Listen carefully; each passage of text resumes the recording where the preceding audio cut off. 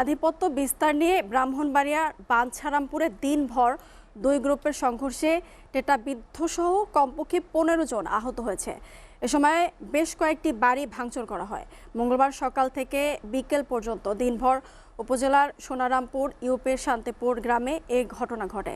স্থানীয়রা জানায়, বাঞ্ছাপুর শান্তিপুর গ্রামে আধিপত্য নিয়ে শিবু গ্রুপ ও আজগর আলী গ্রুপের মধ্যে দীর্ঘদিনের বিরোধ ছিল। এই জেরে গতকাল থেমে থেমে দিনভর সংঘর্ষ চলতে থাকে। দুই গ্রুপের কয়েকশো দাঙ্গাবাজ টেটা, রামদা, ঢাল, সুরকি, ইট, পাটকেল নিয়ে সংঘর্ষে লিপ্ত হয়। টেটাবিদ্ধে আহতদেরকে নরসিংদী বেসরকারি হাসপাতাল ও গুরুতর আহত একজনকে ঢাকায় পাঠানো হয়েছে। বাঞ্ছারামপুর থানার ওসি মোর্শেদ আলম চৌধুরী জানান, আধিপত্য কেন্দ্র করে সমস্যা হয়েছিল, তবে এখনও লিখিত অভিযোগ পাওয়া যায়নি।